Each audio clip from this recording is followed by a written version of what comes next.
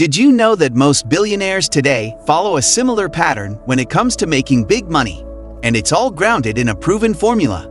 John D. Rockefeller, one of the most renowned business magnates of all time, famously remarked, "The most stable thing in the world is the ability to make money in the right form. It is unshakable." Now, imagine for a moment that you could earn any amount of money you wish for. While this may sound like a far-fetched fantasy, today I'm going to challenge that myth and show you how anyone can unlock the secrets of accumulating wealth just as Rockefeller did. Let's delve into the story of John D. Rockefeller, the world's very first dollar billionaire.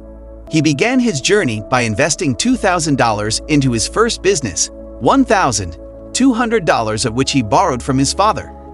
By the time Rockefeller passed away in 1937, his fortune had amassed to an astounding $1.4 billion. When adjusted for inflation, this figure translates to a whopping $318 billion in today's currency. This dwarfs the wealth of current top billionaires like Elon Musk, whose net worth is estimated at $219 billion. By studying the life and business strategies of John D. Rockefeller, I discovered that the key to his extraordinary financial success can be distilled into a few essential monetary skills. As you give this video a thumbs up, let me share the core principles that made Rockefeller a titan of industry. 1. Keeping track of your money. At 7, Rockefeller earned his first money on a neighbor's farm, where he helped collect potatoes and raise rabbits. Then he followed his mother's advice and made his first entry in the ledger, where he put down everything to the last cent, how much and for what money he received and how he spent it. These analogs of the modern cash flow statement, one of the tools that are used to keep track of a business's finances, he held until his death. John lived for 97 years. Rockefeller's biographers like to mention that he grew up in a low-income family. Information on how much his father earned was not found. What we know for sure is that the father of the future billionaire was a traveling salesman, and he traveled a lot around the country. While the head of the family was absent, Rockefeller's mother had to save money. Hence, she developed the habit of counting every cent, which she instilled in her children. Since childhood, John saw how keeping track of money helps to multiply it. His parents wanted him to go to university, but Rockefeller chose a commercial college and accounting courses. After studying, he got a job as an assistant accountant. His love for numbers was quickly noticed and appreciated by his superiors. None of Rockefeller's colleagues liked to tinker with completed periods and projects, but his eyes would always shine when he got such tasks. Rockefeller's starting salary was $17 per month. From the second month, it was already $25, and a year later, he became a manager with a salary of $800 a year. It is important to emphasize how strongly John was committed to financial literacy, and it was his monetary knowledge that became the foundation for his future wealth. Therefore, I advise you to turn your attention to personal financial education.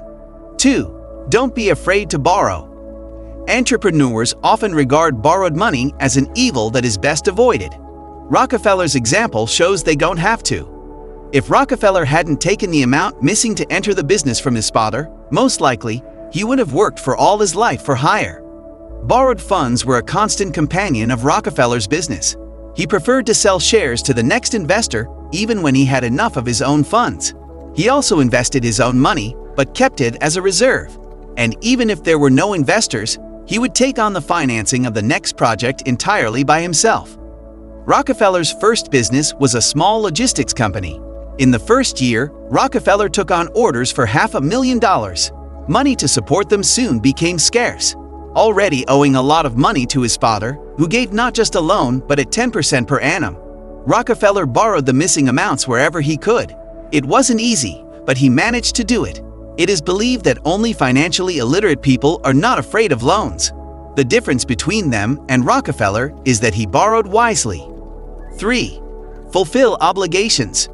Rockefeller was always careful when it came to fulfilling his obligations, including financial ones, no matter how difficult it was, and in the first years of doing business, he had a lot of challenges. He would always find the right amount by the correct date. In his memoir, How I Made $500 Million, Rockefeller recalls how his father came to his office for another loan payment at the most inopportune time and insisted that he needed the money right now. Before you continue watching, I would like to ask you to subscribe to our channel and activate the notification bell to receive updates about new videos. It is also important to share this video on WhatsApp and other social media platforms because it can transform lives, and by doing this, you help us reach more people. God bless you for doing that. Now, let's get back to the video. Rockefeller himself finds it difficult to say whether it happened by chance or whether his father specifically chose the dates for educational reasons. Anyway, each creditor, including his own father, received from him how much and when it was supposed to be paid. Over time, bankers would take Rockefeller at his word, emptying the contents of their safes for him. His reputation in financial matters was the best guarantee, so you should not forget to monitor your credit history and financial reputation carefully. 4. Each decision has its price. Rockefeller was able to borrow without any fear and regularly fulfilled his obligations because he did not act randomly. Each decision was carefully calculated in advance. When he borrowed money, he always took into account when and how much he would have to pay back, how he would return it, and how much he would earn on borrowed funds. If he invested his own money, he calculated when and how much he would multiply it. Rockefeller invested millions of dollars in his enterprises if the investment showed an increase in production or a reduction in costs, which converted into an increase in profits. Rockefeller did not skip on these investments. Rockefeller was the first in the United States to stop hauling oil in wooden barrels on horseback and start transporting oil in tanks by rail, driving entire trains across the country. He was the one who stopped saving on the safety of refineries when he assessed the damage caused by constant fires. The first American refineries were literally sheds, and the oilmen thought oil was a profitable business, but soon it would be all pumped out. Therefore, they did not see the point in investing in the infrastructure. When Rockefeller began to export oil, he required devices to transfer it from tanks to tankers quickly. Rockefeller, at his own expense, equipped the necessary railway stations. Initially, he just gave them to the railroad for free, but this, in addition to the volume of transportation, became an argument for lowering the tariff and allowed Rockefeller to transport oil by rail 3 times cheaper than his competitors. Rockefeller also owned several iron mines. When he realized it was more profitable to transport ore to blast furnaces and ports on ships than on trains, he built his own fleet from scratch. Rockefeller's partners considered his innovations too risky and did not want to invest in them. In such cases, he would say, "Okay, I will invest the money alone, but all the profits will be mine too." After that, the partners immediately became accommodating. Everyone knew that since Rockefeller was ready to invest the loan, there would definitely be a profit. The concept of wealth. There are truths in the world of finance that have long gone gold and are guaranteed to make a lot of people rich. That's exactly what John Rockefeller's money skills are about. Their simplicity and accessibility may scare away most of you, but those who find the strength in themselves and can properly manage them will achieve their personal financial goals in no time. It's the main channel on finance. Subscribe and get rich. Thank you for watching the video. We hope you enjoyed it. I would like to ask you to please like this video, subscribe to our channel, and activate the notification bell to receive updates about new videos.